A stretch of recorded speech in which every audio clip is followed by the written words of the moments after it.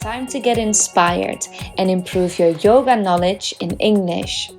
You're listening to Your Yoga in English, a podcast for yogis and yoga teachers that speak English as their second or third language and want to practice or teach yoga worldwide. I'm Annie, the founder of Enga Unite, and here to guide you on the way to become the confident and knowledgeable English-speaking yogi you want to be. So today we're speaking with Adriana, and Adriana is a yoga teacher. If you want to introduce yourself. Hi, Annie. Thank you so much for having me. My name is Adriana. I am from Venezuela. I've been living in London for 5 years now, and my native language is Spanish, of course. I teach. I also founder of a yoga brand, and I try to help more people with this beautiful practice. Mm-hmm. And how did you get into teaching yoga or practicing yoga in general? Well, it was a bit funny because I was still living in Venezuela, and I was working my regular job, my 8 to 5 job, but most of my friends, they knew I was into yoga. I like to practice, and I had a regular practice. Mm-hmm. But it was a sudden question from the people from HR. They asked me if I would like to teach them my class. And I was like, I'm, I'm not sure, but it sounds interesting. So I was okay. I'm always saying yes to every opportunity. So I said, yes, of course, I'll give it a try. Let's see how you feel. And if you like it. And it went super good. It went well. So from that point, I started teaching every week, 2 classes a week to my colleagues. And I don't know, I just found this passion for it. Like you suddenly realize that you really like something, you really love doing something and helping others and seeing, the benefits of it in other people. Mm-hmm. So at the same time, my husband got a job opportunity in London. So that's when we moved, and I was like, perfect timing. I was thinking, okay, so I really don't. It was for 6 months only, so I didn't know what was I supposed to do in London. I was just trying to figure it out. I didn't want to leave my job, to leave my country and everything, but it was for 6 months, so it sounded like, okay, maybe it's a good time to maybe find a teaching training. So that's what I did. And I did my teaching training in Yoga London, an academy in central London, which was an incredible experience. I wouldn't change that time for anything in the world because it was really, really good.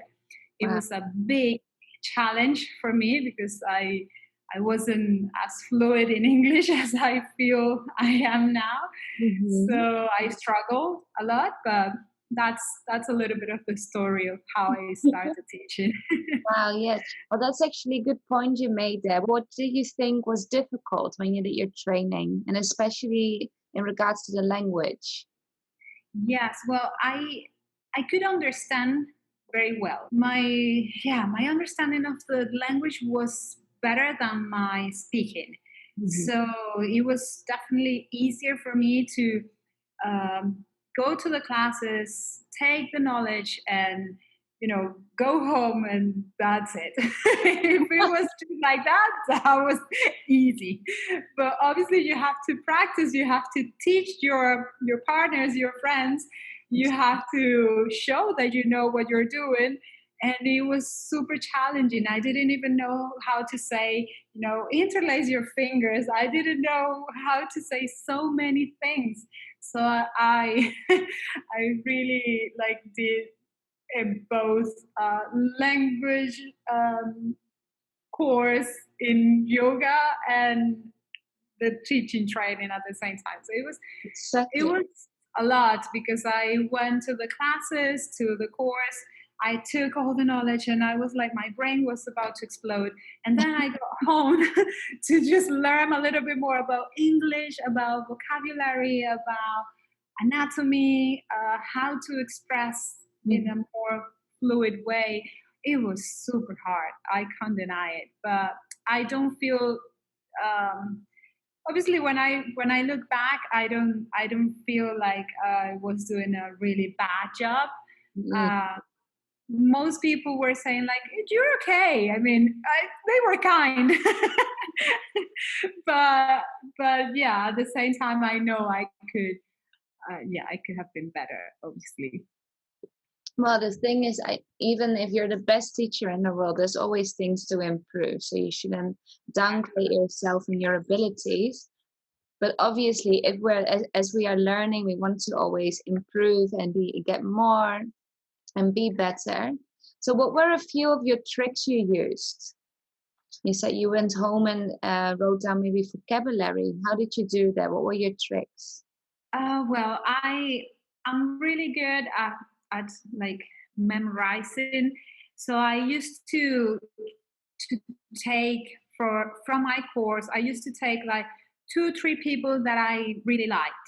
That the way they express themselves, like the way they teach, the way they do things. So I used to just memorize, try to copy and repeat it in my mind, everything that they say and how they say it, because obviously when you get to London, I don't know if that happened to you, most people really love the accent. I love the accent. I was obsessed with it. It was like, I really like these people. So I was like, hey, like I really want to be like them, but you're never gonna be like them. So then you realize that. So I was just trying to copy things that I liked. That was one of my tricks, because, and I think it's one of the best ways to just find your voice, your own voice. You will learn by taking from others, by experiences, and of course by going into classes and just keep practicing and practicing. But you have to choose what you like. You have to know what you like, and that's what I did. So that's one of the things. I also recorded some of the classes in the course when I was allowed. In classes, when I went to studios, I asked permission if it was okay. Or I took a notebook, like do with me to the yoga class, which wasn't so relaxing, but it was the way I had to just learn things, vocabulary, especially vocabulary, because I could obviously make sentences, but I didn't have the vocabulary to make that, to create something beautiful in a yoga class. So that's what I did. I just writing phrases and things and words that I liked, and I still do it. I still do that because it's the only way I can keep improving, and I can keep offering what I think is the best to my students. So definitely is something that I will probably continue doing until I feel I'm 100% fluid, which I don't feel I am yet, but yeah. Well, you sound super fluent. It's actually a good point you made there, because I think a lot of the language that we use in yoga classes and any type of yoga studies is very different to the language you use in our daily life. Definitely, yes.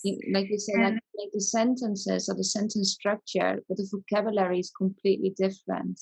Exactly, and you have to be inspirational. You have to motivate them. You have to, or you're supposed to help them feel that way, empower them.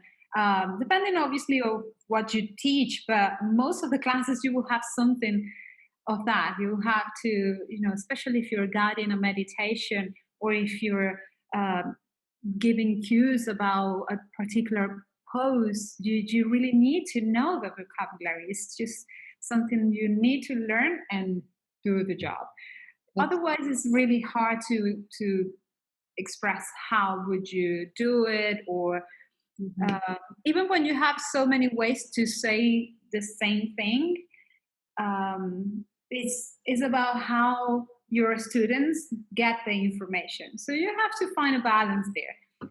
I always change phrases, and obviously, when I'm a bit lost, I rephrase and do things like that because that's the easy way. But yeah, always trying to get the message because otherwise it's just pointless. Exactly. Yeah. And you say, and when you get lost, what do you do when you make a mistake? Or how do you feel when you make a mistake? Yeah. At the beginning, it was obviously frustrating. I can't deny it. We like to do things in the good way. Most people, when we do this, we really like, or we really want to do it in the best possible way. So you don't want to make any mistake. You just have to realize that we're humans. That it's gonna happen sometimes, and that's okay.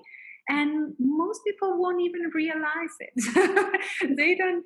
I mean, most people are so into their flow, their own practice, that they don't pay so much attention, and we really judge ourselves so much because of that. And it's not a big deal. So what I usually do, of course, if it's a huge, depending on what type of mistake you do, like if you give a bad name of a pose, or if you made a mistake giving a cue, or you just have to correct yourself, change it, make it funny, make a joke, try to laugh a little bit, because that's life. We always make mistakes, and that's how life works. So yeah, that's what I usually do. I try to make my classes fun, accessible, and don't pretend like I am a god or something like that. You just have to, let them know that you are just like everybody else. Like, you made mistake as well, and you've been there practicing, learning, and improving. We always do. We will always be there. So yeah. I completely agree. And I even hear native speakers make mistakes. This is not a thing that happens to only people that speak English as a second or third language. It happens to everyone. That's why it's good going into classes with British people, with English native speakers. So you notice this kind of things, that it's gonna happen, and it's okay. It's the way you feel, it's the way you react to those mistakes, and how you correct them. But I think it's not too bad. I think it's good, and people really connect with you when you are human. I mean, Absolutely. it's good. It's good. It's a good thing to just show your flaws. So yeah, really. And if you think back to your teacher training or maybe learning English, what was the best advice you received? Well, it was a few things, but people always said like to trust a little bit more in myself, to believe a little bit more in my voice, because obviously I was doubting so much all the time, and I felt a bit inferior to everybody else because they could speak English very well, they could express themselves so well. So I was like, I'm not gonna be in the same level. There's always gonna be a gap between us, and it's actually not. So now I can obviously see it. So what I would say is exactly that. You just have to know what you like, listen to your intuition, to what you really want to teach and the way you want to do it. You could even practice in your own language and try to translate that, obviously as a practice, and then see how you feel with your own voice, with your own style, because it's not gonna be possible to copy somebody else, and you just have to look inside and see what's your passion, what is, And turning. find yourself, be able as well to just explore your own interests, your own voice, like you mentioned, and being able to or dare to show yourself, right? Yeah. Obviously, it's always intimidating. You always, like I say, I was a bit of a perfectionist. I didn't want to make a single mistake, And Mhm. it wasn't until I felt really confident about my own practice, about the way or the style I liked, because I teach some kind of power flow. My classes, even for beginners, are a bit challenging. Mhm. I don't teach hatha, or I don't teach slow flows that much. I really like that because that's my style. So when I teach it, I feel good. And that's fine, because that's the best way that you could give to your student that motivation, that inspiration. Exactly. So it's Mhm. really also just cutting out all things that you don't like. Don't try to serve everyone.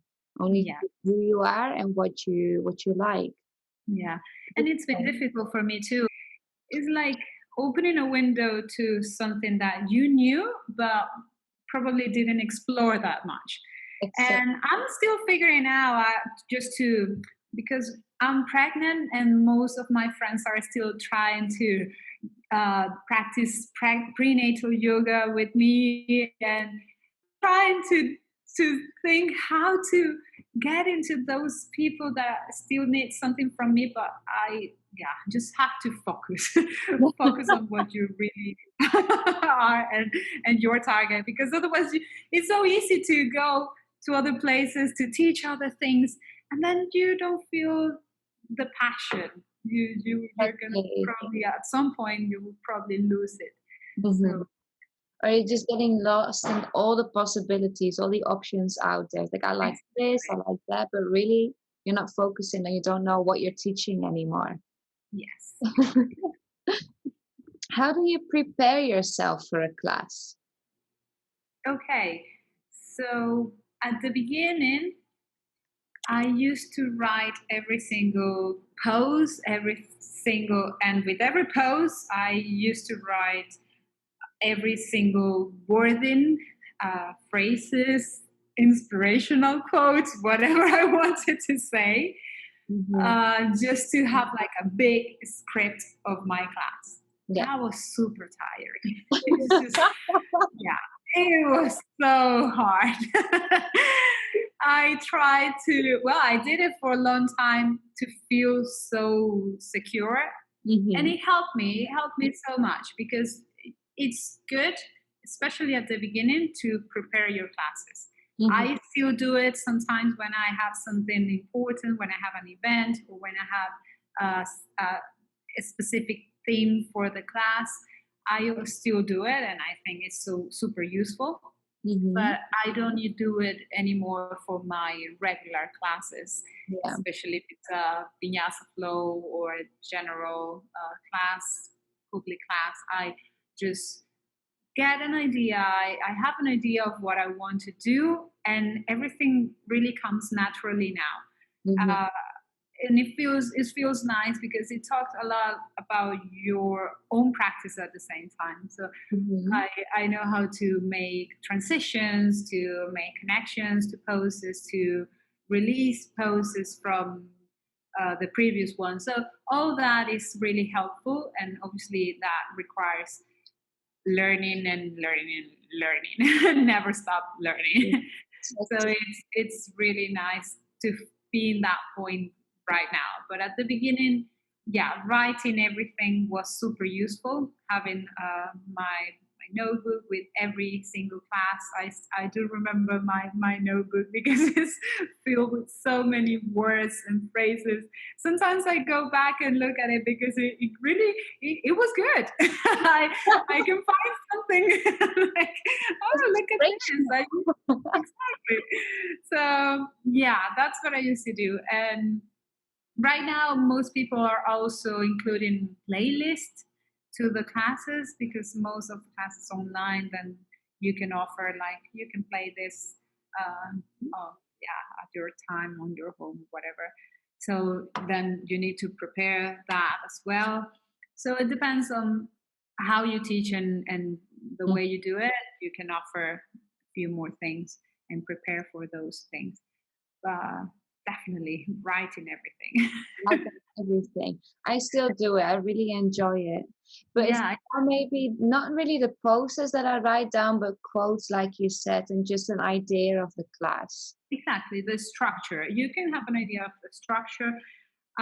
Most of the time at the beginning, especially, I will go with the traditional vinyasa flow style, like standing, some salutations, standing, and then seated, and then finishing sequences. And yeah, that's good. But you can always mix a little bit or just add something fun in the middle, Mm-hmm. like a peak pose or something like that, Mm-hmm. which is really nice. Or if you have a theme for the class, then you can explore that a little bit more. So Exactly. yeah, Make it your own. exactly. Always, always. Always. Is there anything else you would like to share with your fellow yogis? Also in regard to English learning or yoga learning in general? And maybe tips, maybe advice.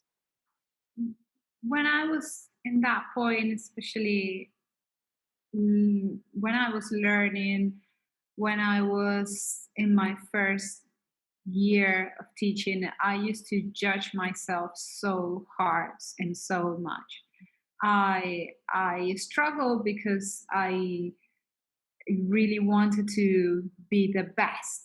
And at the end of the day, it's not about being the best. It's maybe about being the best you can, but not the best out there. You shouldn't compare to others. And that's super hard because it's so easy to do. We usually do it. So the imposter syndrome comes in, and then you feel like a failure, or you feel like it's not happening for you, and it might not be true. So I would say that you just have to really listen to yourself, to probably make note of the little things that you're achieving. That's a really nice way to just like give yourself a clap and be proud, because every single thing that we do in this journey, especially in the second language, is hard, and I know that, and it feels sometimes like frustrating, but it's super possible. It's totally possible. And yeah, you just have to be yourself, be authentic, and never forget that. Never forget that. You just have to stay true to yourself. Really nice. And I completely agree with what you said. I remember my teacher telling me during the training, like, celebrate your successes, even if it's just a really small one, to celebrate everything that you achieve. Exactly. Yeah, because we focus so much on the bad things or in the difficult things in the journey, that we just don't appreciate the little things, or the maybe community class that you taught, that it was really nice, and you help people. You know, that sensations, that's the experience that we want. That's what we find empowering at the same time. So yeah, give Really yourself a clap now and then. nice. Yes.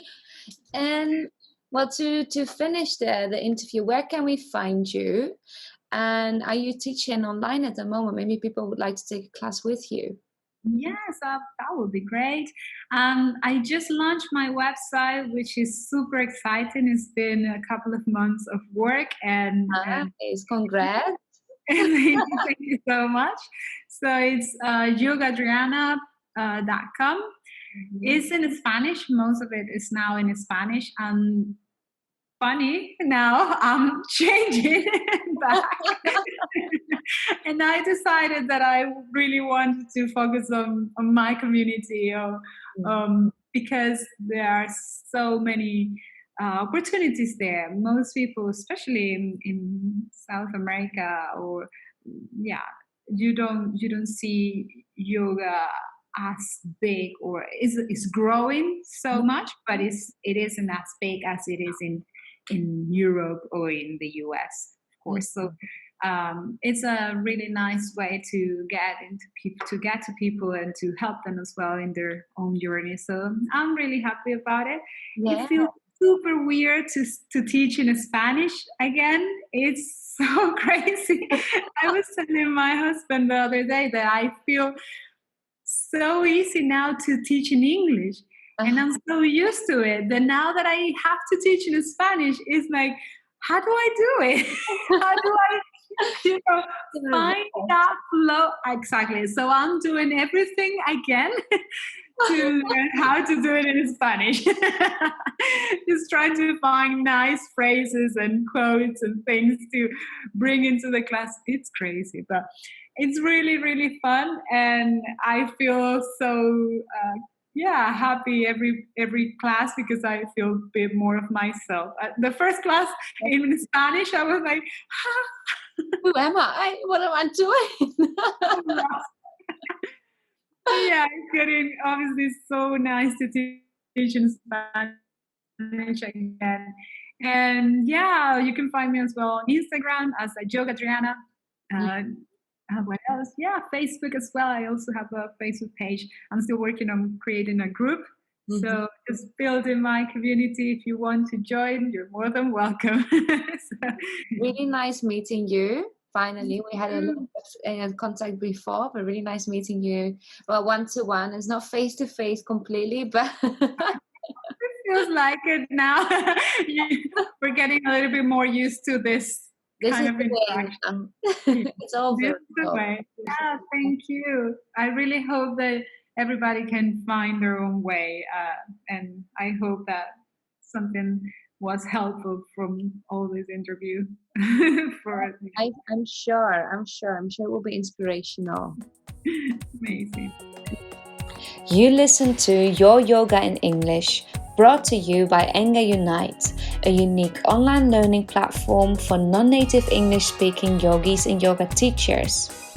If you feel inspired and liked what you learned today, don't forget to subscribe, leave us a review, and follow us at Enga Unite and become a member of our online community, Your Yoga in English, on Facebook. Practice, rest, repeat, and all will come.